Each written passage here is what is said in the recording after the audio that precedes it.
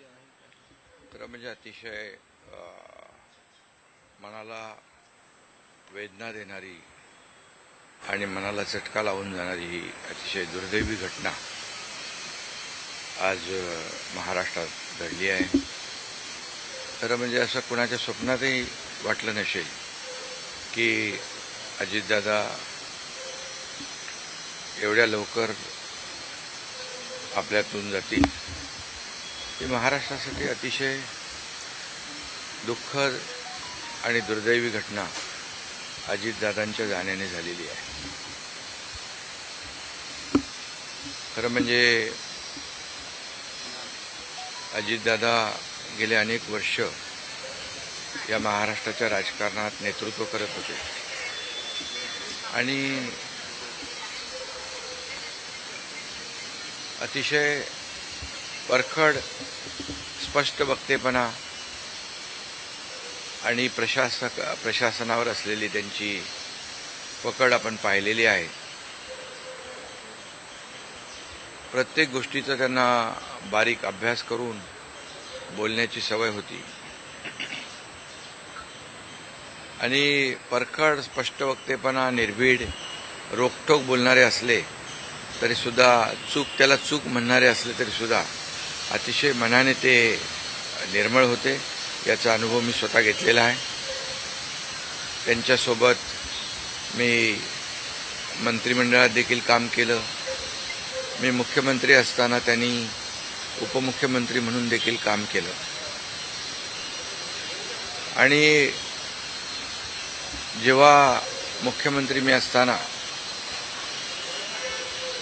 मुख्यमंत्री माझी लाडकी बहीण योजना किंबहुना इतरही योजना जेव्हा आम्ही सुरू केल्या तेव्हा आर्थिक जे काही घडी आहे किंवा आर्थिक तरतूद जी आहे ती अतिशय उत्तमपणे त्यांनी त्यावेळेस केली आणि याचा अनुभव मला आहे. आणि एकदा करायचं ठरवलं की ते अजितदादा करायचे. करतो, बघतो, पाहतो असे शब्द त्यांच्या डिक्शनरीत नव्हते. व्हायचं असेल ते तात्काळ करायचे, नसेल त्याला नाही म्हणायचे. असा स्पष्ट वक्तेपणा या महाराष्ट्राने पाहिलेला आहे. मी असेन, मुख्यमंत्री देवेंद्रजी असतील, अजितदादा असतील, आम्ही टीम म्हणून काम केलं, टीम म्हणून काम करतो. आमच्या वेळाही कामाच्या वेगवेगळ्या, आम्ही पहाटे उशिरापर्यंत काम करतो. अजितदादा पहाटे लवकर काम सुरू करतात, देवेंद्रजी दिवसभर काम करतात. आणि अजितदादांनी 6-6 वाजता देखील अपॉइंटमेंट दिलेल्या अधिकाऱ्यांनी आणि लोकप्रतिनिधींनी पाहिलेल्या आहेत. अतिशय वेळेचं महत्त्व आणि वेळेचं भान ठेवणारा नेता हरपलेला आहे. खरं म्हणजे काल परवाच आमची एका कार्यक्रमामध्ये भेट झाली. सरन्यायाधीश आपले भारताचे मुंबईत आले होते आणि ते येण्यापूर्वी आम्ही तिथंच एका चेंबरमध्ये बसलो होतो आणि त्यावेळेस झालेल्या चर्चा, गप्पा गोष्टी, आजही सकाळी जेव्हा मला त्यांची ही घटना कळली तेव्हा तेच समोर त्याच आठवणी काल परवाच्या येऊ लागल्या. खरं म्हणजे माझ्यापेक्षा ते राजकारणात देखील अनुभवी नेते, गेल्या अनेक वर्षापासूनचा त्यांचा अनुभव, वयाने देखील माझ्यापेक्षा ते मोठे होते माझ्या आणि अनुभवाने देखील. आणि म्हणून त्यांना राज्यातल्या अनेक विषयांचा गाढा अभ्यास होता. अनेक विभाग त्यांनी हाताळले होते. याचा राज्याला फायदा होत होता.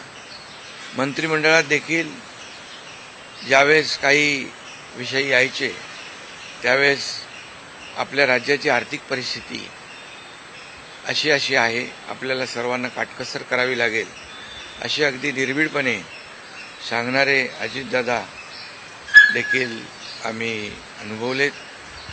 शिस्तीचा नेता म्हणूनही आम्ही अनुभवलेला आहे. आणि त्यामुळे त्यांच्या जाण्याने फक्त पवार कुटुंबियांचंच नाही तर संपूर्ण महाराष्ट्राचं न भरून येणारं नुकसान झालेलं आहे.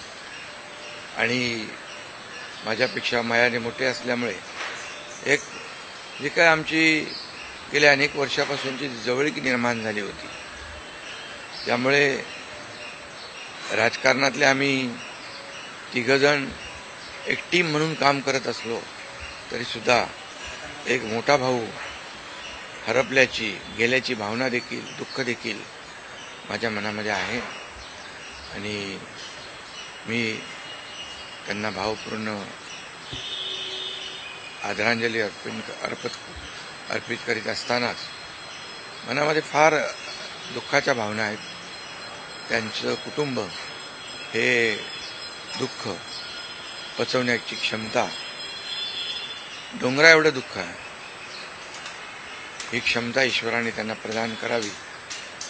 कुटुंबाचंच नाही संपूर्ण महाराष्ट्राचं झालेलं आहे नुकसान.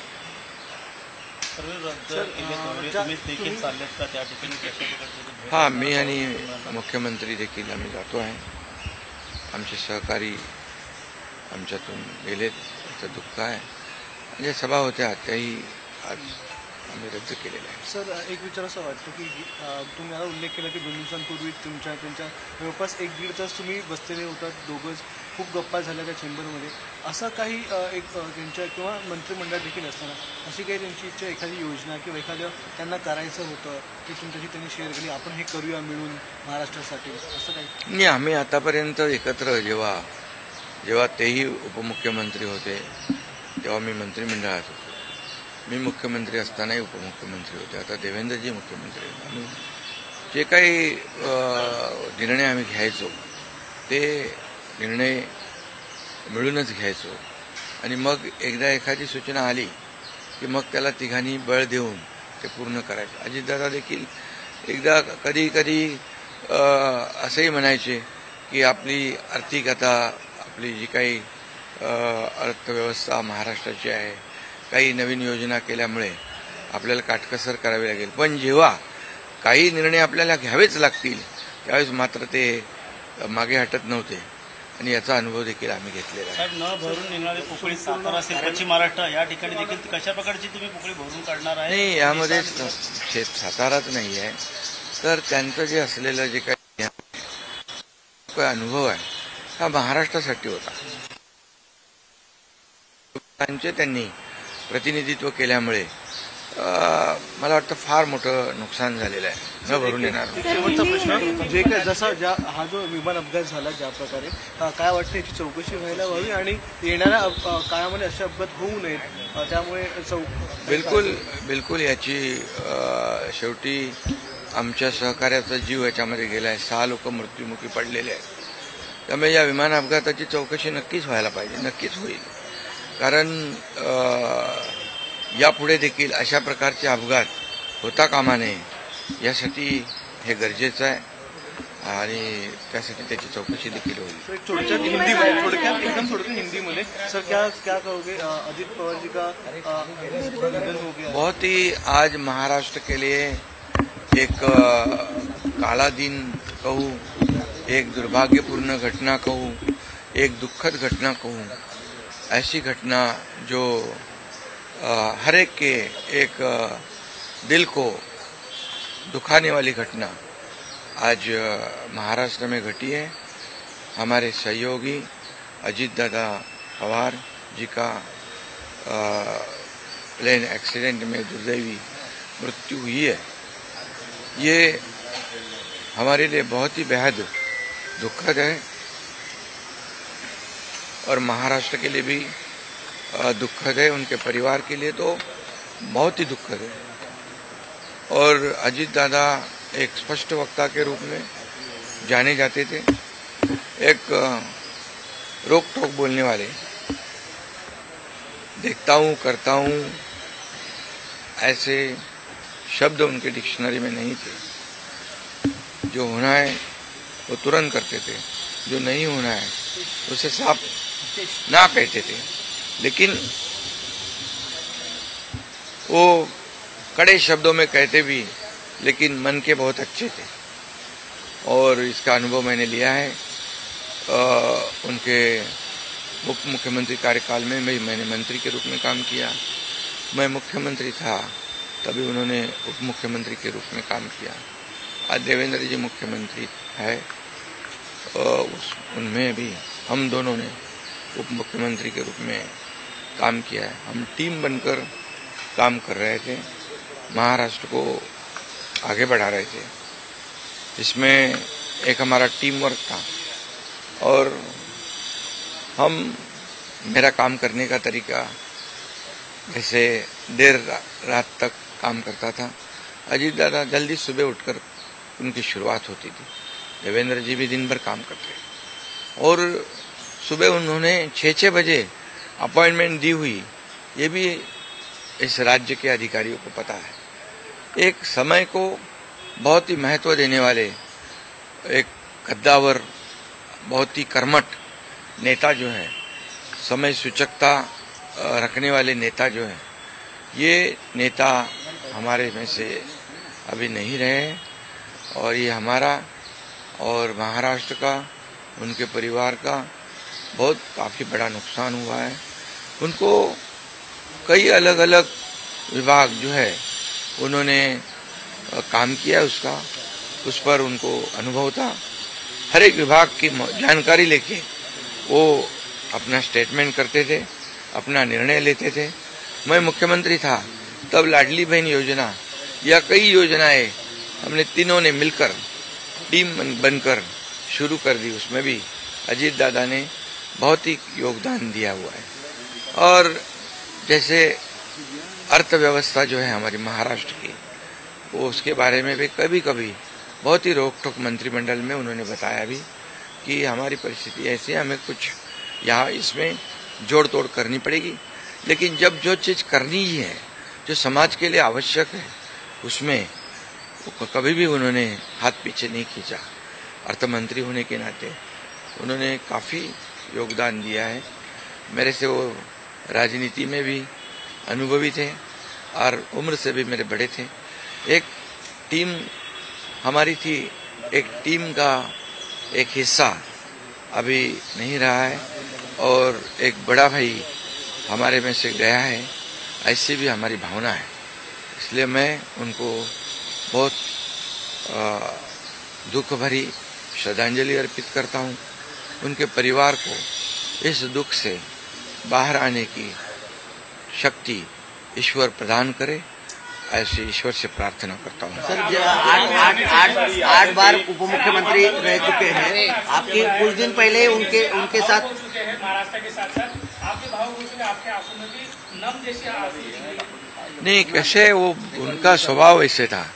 वैसे बाहर से सबको लगता था बहुत ही कड़क है और रुष्ट है, लेकिन दिल से बहुत काफ़ी वो नम्र थे और निर्मल थे। ये मैंने कई बार देखा है, अनुभव भी किया है। इसलिए ये एक महाराष्ट्र का एक बहुत बड़ा नुकसान उनके जाने से जो भर नहीं आ पाएगा, ये हुआ। 8 बार मुख्यमंत्री पूरे इस तरह के हादसे। हाँ, बिल्कुल। इसकी जो दुर्घटना हुई है, इसकी जांच जरूर होगी, क्योंकि ऐसी दुर्घटना पुनरावृत्ति ना हो, दोबारा ना हो, इसलिए जरूर इसकी जांच होनी चाहिए और होगी। 8 बार उप मुख्यमंत्री। बहुत सारी यादें थी, आपके मंत्रिमंडल में भी उप मुख्यमंत्री थे, आज भी जो है। मैंने कहा ना कि जब मैं मुख्यमंत्री था तब उन्होंने जो हमने फैसले लिए, निर्णय लिए समाज हित के लिए, तब अजीत दादा अर्थ मंत्री थे, तो उनका भी काफी योगदान उसमें रहा है, ये कोई नहीं भूल सकता है। 8 बार उप मुख्यमंत्री रह चुके हैं। कुछ दिन पहले आपकी उनसे मुलाकात हुई थी, क्या बातचीत हुई थी? 1.5 घंटा आपसे। अभी हमारे सुप्रीम कोर्ट के चीफ जस्टिस यहाँ आए थे मुंबई में, अभी हम बैठे थे, उनके आने से पहले अभी काफी हंसी मजाक हो रही थी, चर्चा हो रही थी, वही बातें आज सामने आ रही है। 2 दिन पहले हम साथ में बैठे थे और आज अजीत दादा नहीं रहे, ये दुख की बात है।